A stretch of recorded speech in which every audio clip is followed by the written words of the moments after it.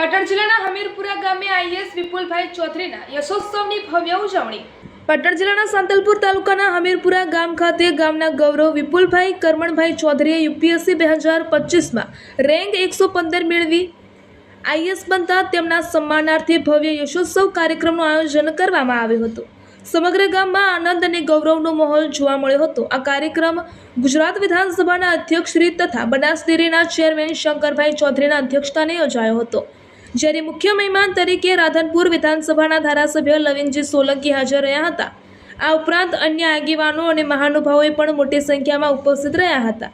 આ કાર્યક્રમ દરમિયાન વિપુલભાઈ ચૌધરીનું ભવ્ય સન્માન કરવામાં આવ્યું હતું અને તેમની સફળતાને ગામ માટે ગૌરવની ક્ષણ ગણાવી અભિનંદન પાઠવ્યા હતા। સાથે સાથે વૃક્ષારોપણ કાર્યક્રમનું આયોજન કરવામાં આવ્યું હતું, જેમાં પર્યાવરણ પ્રત્યે જાગૃતિનો સંદેશ આપવામાં આવ્યો હતો।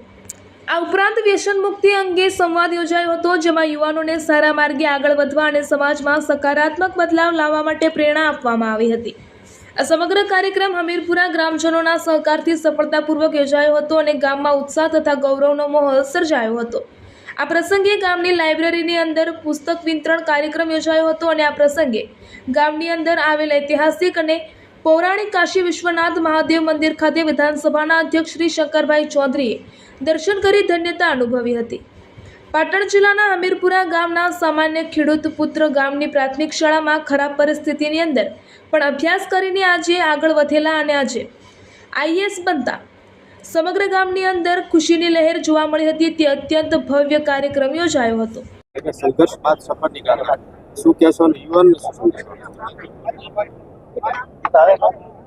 ભાઈ વિપુલે જે યુપીએસસી ક્લિયર કર્યું અને સારા રેન્ક સાથે આ સરહદી વિસ્તાર, આ રણ પ્રદેશ, સુવિધાનો સદૈવ અભાવ, નર્મદાના પાણી આવ્યા પછી જીવન બદલાયું, પરંતુ સરકારી સ્કૂલમાંથી રહીને સતત પુરુષાર્થ કર્યો તેણે સફળતા મેળવી છે।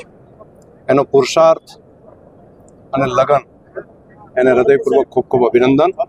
તે સિવાય છેલ્લા 12 વર્ષથી આ હમીરપુરા ગામમાં એક લાઇબ્રેરી અને લાઇબ્રેરીની અંદર અહીંના શિક્ષક મિત્રો માર્ગદર્શન આપે અને ગામના યુવા યુવતીઓ, દીકરા દીકરીઓ સતત મહેનત કરી 150 ઘરનું કામ છે અને જેની અંદરથી 100 કરતાં વધારે દીકરા દીકરીઓ સરકારી સર્વિસીસની અંદર એ સફળ થયા છે।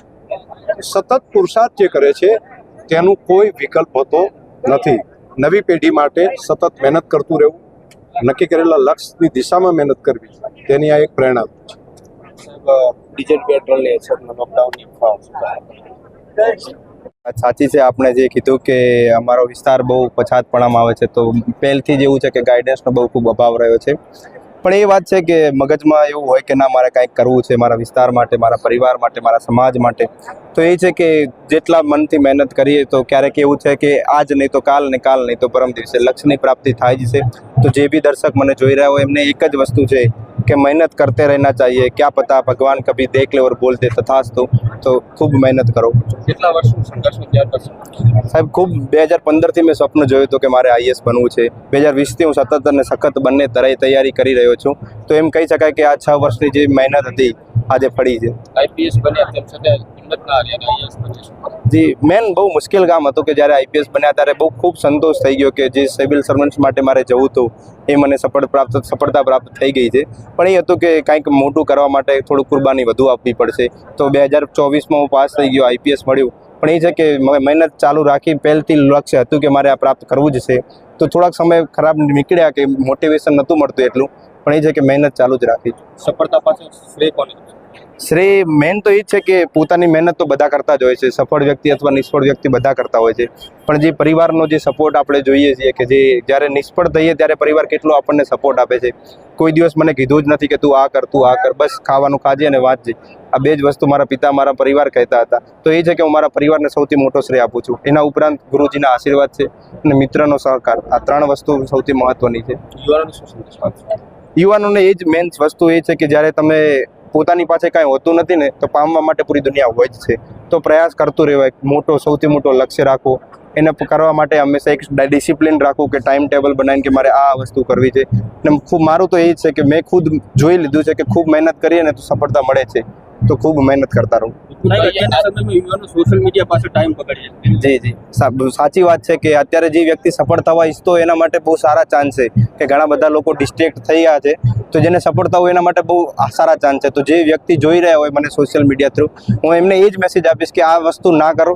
સોશિયલ મીડિયાથી જેટલું દૂર રાખશો, તો માય પર્સનલ એક્સપિરિયન્સ વોઝ કે મેં 2 વર્ષ સતત સોશિયલ મીડિયા યુઝ જ નહોતો કર્યો. જો તમે ગમે એ વસ્તુમાં પાસ થવા માંગતો ખાલી 2 વર્ષ મહેનત કરવાની છે. 2 વર્ષ થોડા તો સોશિયલ મીડિયાથી દૂર રહો, જેટલા સોશિયલ મીડિયાથી દૂર એટલા સફળતાથી નજીક. આ જી મારું એ હતું કે જીવનમાં કોઈ પણ વસ્તુ કરે સૌથી મોટી કરવી. તો પહેલા ઉદ્દેશ્ય એવું હતું કે મામલતદાર બનવું છે, પણ એ મામલતદાર પાસે ખાલી તાલુકા માટેનો જ પાવર હોય છે, જ્યારે ડિસ્ટ્રિક્ટ કલેક્ટર હોય ને તો પૂરા ડિસ્ટ્રિક્ટનો હોય છે. તો મને એવું લાગ્યું કે જો આઈએએસ બનીશ તો મને મોટું પ્લેટફોર્મ મળશે. જો મોટું પ્લેટફોર્મ મળશે તો હું ઘણા બધા લોકોની મદદ કરી શકીશ. તો that was the main intention to join the civil service. Thank you.